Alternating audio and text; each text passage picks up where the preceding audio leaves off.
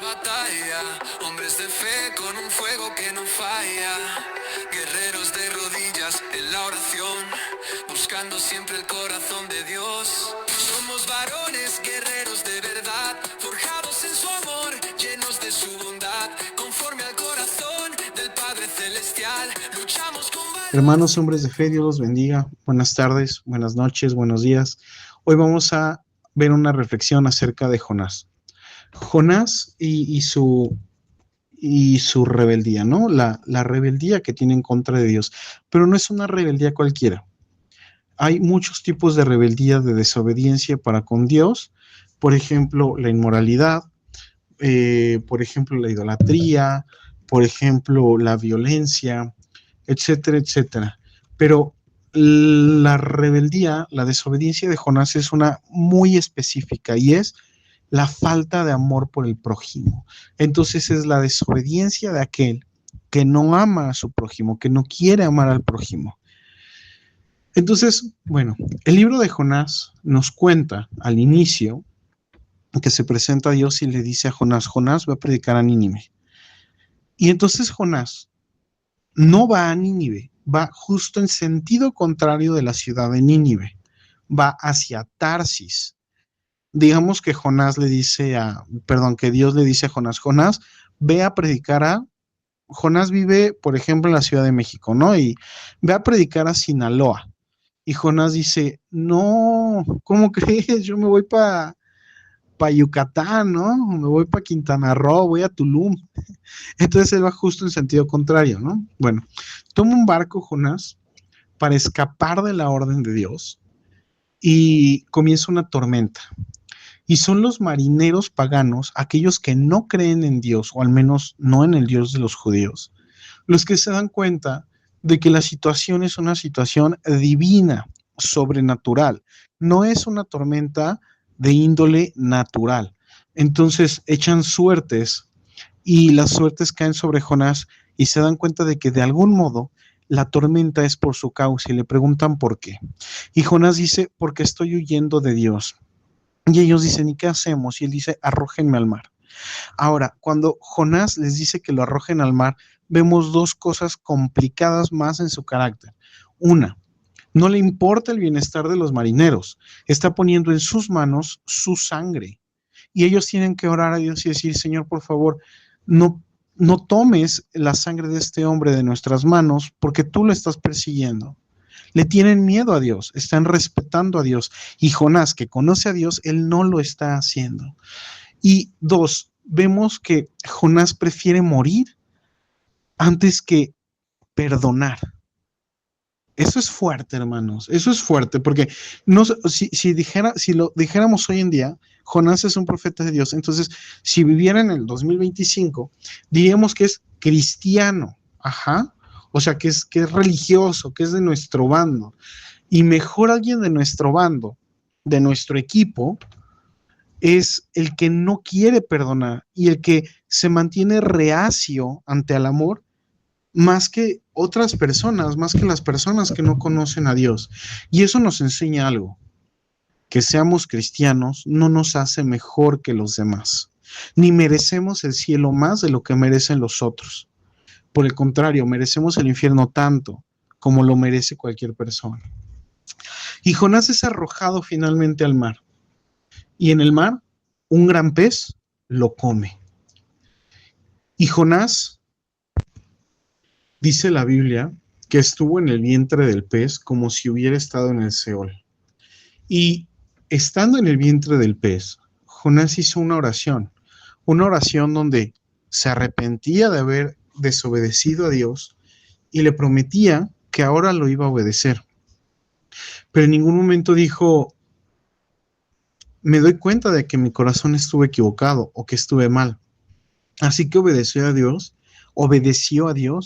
pero sin que su corazón cambiara completamente. Y esto lo vamos a ver a continuación, porque cuando Dios lo perdona y le da una segunda oportunidad, es arrojado, es vomitado por este pez en las costas de Nínive y va a la ciudad. Y llega a Nínive y en vez de dar una predicación amplia y complicada, completa, acerca de de lo que Dios tiene planeado para que ellos se arrepientan y vuelvan a Dios, llega a la plaza central y dice solo 5 palabras. En 40 días Nínive será arrasada. Ahora, si cuentan lo que acabo de decir son 6 palabras, pero en hebreo esa frase son 5 palabras. Entonces, en 5 palabras, Jonás dice todo su mensaje. Y a pesar de lo corto del mensaje, Dios obra en el corazón de los ninivitas y todos, incluso las vacas, se arrepienten, ¿no? Las ponen a arrepentirse. Todos están en silicio. Y Jonás se queda fuera de la ciudad en una especie de pequeño campamento, queriendo ver la destrucción de Nínive, a ver si por ventura se arrepienten y vuelven a hacer lo malo, o Dios no los perdona y son destruidos.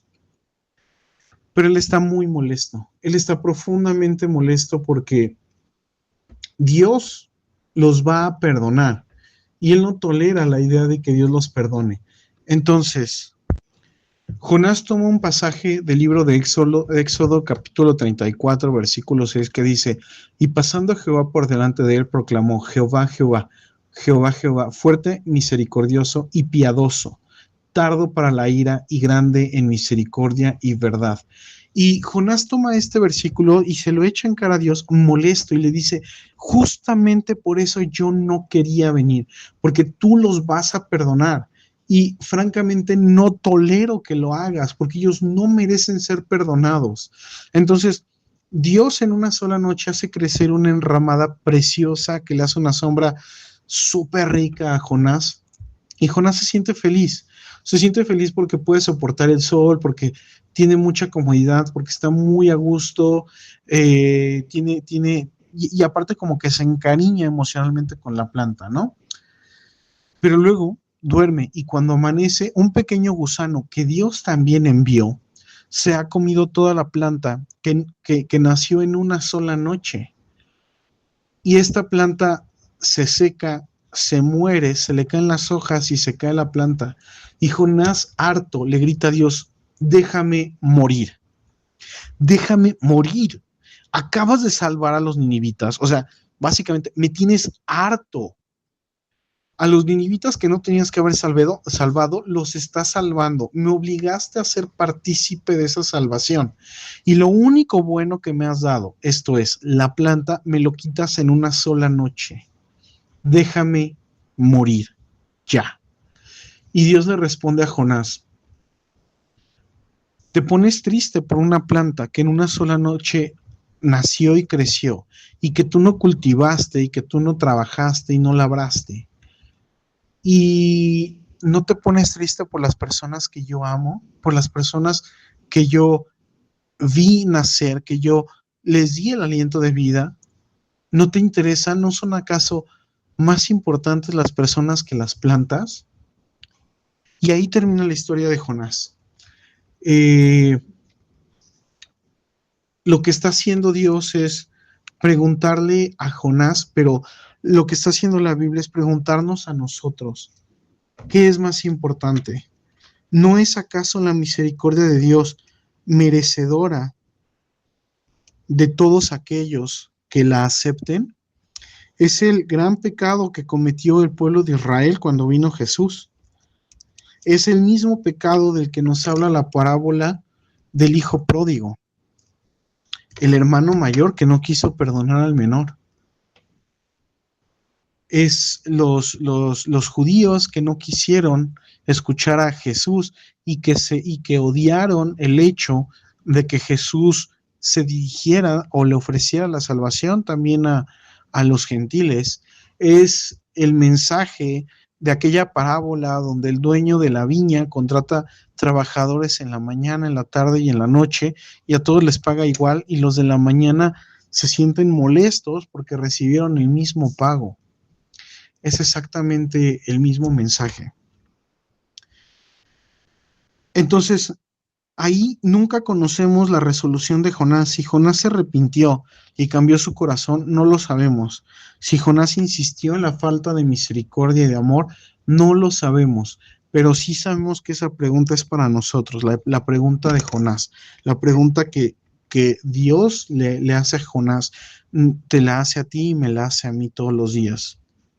¿No es mi misericordia merecedora para todos? Y diremos, sí, claro que sí. Ja. La pregunta quizás se parezca más a esto. ¿No te parecería, no te parece bien que ame y perdone a tus enemigos? ¿Qué ole? Ah, bueno, yo tengo un cuadro, bueno, hay un compañero en la oficina que me cae gordo, pero yo soy bien magnánimo y estoy dispuesto a perdonarlo. Va. ¿Y qué opinas de aquel sujeto que se metió a tu casa a robarla? Uy. ¿Y qué opinamos de aquellos sujetos que quizá han lastimado en su intimidad a nuestra hija, a nuestra esposa, o que potencialmente podrían hacerlo? ¿Qué opinamos del borracho que chocó a mi hijo, o a mi padre, o a mi madre?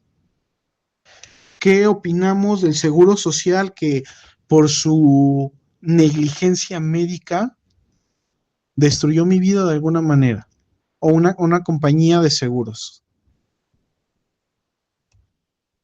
o un partido político, o un presidente.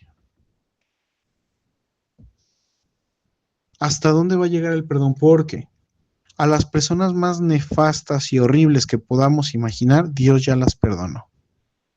Al Chapo Guzmán, Dios ya lo perdonó. A su hijo ya lo perdonó. A Pablo Escobar ya lo perdonó. Ahora, ¿significa que están en el cielo? Difícilmente. Lo más seguro es que no. Digo, yo no lo sé, ¿verdad? Pero no lo creo. ¿Por qué? Porque ellos no quisieron aceptar el perdón de Dios. Pero bueno, ya es su bronca. Pero Jesucristo murió por todos, no murió por algunos. Ahora, si somos arminianistas y suponemos que la salvación se pierde, bueno, entonces hay personas, todas las personas han sido perdonadas por Dios, sin embargo, algunos han rechazado o la mayoría han rechazado y rechazarán el perdón de Dios y eligen no ser salvos. Bueno, ahora, si somos calvinistas y suponemos que la salvación no se pierde y que somos elegidos desde antes de la fundación del mundo y que los que han de ser salvos serán salvos y los que no van a ser salvos nunca van a ser salvos, sigue siendo la misma historia. Los salvos son salvos o los predestinados son predestinados porque desde antes habrían de escuchar la voz de Dios. Y los que están predestinados para perdición lo son porque desde antes habrían de no escuchar la voz de Dios. Entonces, todos nuestros enemigos han sido perdonados. Todos. Eso no implica que se van a ir al cielo o al infierno.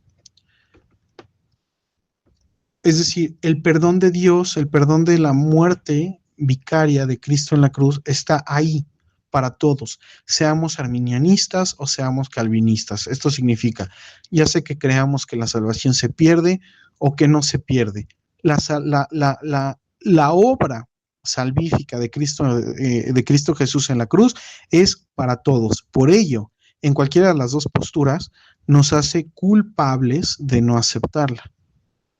Pero el perdón ya fue otorgado a toda la humanidad, de modo que las personas más nefastas y las que menos podemos amar ya fueron perdonadas. Ahora, hay un tema estoy pensando, hay un tema que ocurre mucho entre mujeres, pero no se habla entre hombres, pero sí ha pasado, violaciones.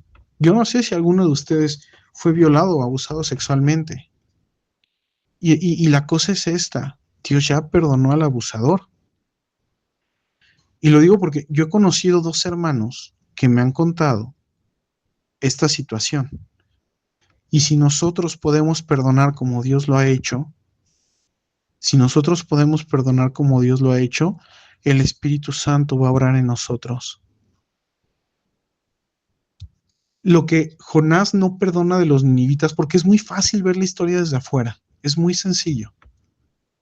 Pero Lo que Jonás no perdona de los ninivitas es que los ninivitas durante años sometieron a los israelitas. ¿Y qué significa? ¿Que les hacían bullying? No, era un sometimiento económico, político. Los mataban, seguramente tomaban mujeres, o sea, eran gente mala en serio. Tampoco es que Jonás arbitrariamente o neciamente no tenía motivos para odiar a los ninivitas. Entonces, ahí hay una persona que con la que no puedo, y todos los días me levanto ah, odiándola, ¿no? O sea, yo no, la verdad no, pero quiero decir, alguno de nosotros tiene una persona en su vida que no pueden con esa persona. Cada vez que la recuerdan, sus tripas se aprietan todas, el ácido estomacal quiere subir por la garganta, los músculos se tensan, el, el, el, el líquido de los músculos, el líquido láctico empieza a poner nuestros músculos tensos, y esa persona ya la perdonó Dios. Y la pregunta que le hace Dios a Jonás: ¿no son los humanos más valiosos que las plantas? ¿No son dignos de mi misericordia y mi perdón? Es una pregunta para nosotros. Esa persona que odiamos tanto, que no podemos perdonar, ¿no merece el perdón de Dios? Y si merece el perdón de Dios, ¿nosotros también le negaremos nuestro perdón? Pues así termina el libro de Jonás, con esta pregunta para todos nosotros. Y cada quien la responda como quiera. Ahora un tip. Podemos, si hay un mal muy grande, muy doloroso, muy fuerte que hayan hecho sobre nosotros o nuestra vida, no se sientan culpables si hoy perdonan y mañana se vuelvan a enojar, se vuelven a enojar. A veces hay que perdonar a la misma persona muchas veces por la misma falta. Es un proceso constante. ¿Y cuántas veces han de perdonar? 70 veces 7. Y si es necesario, 70 veces más. Es decir, incontables ocasiones. Dios los bendiga, hermanos. En su nombre santo, su palabra es espada que nos guía en el llanto. No retrocedemos, nuestro escudo es la fe. En las pruebas cantamos, Dios es nuestro rey. Dios es nuestro rey.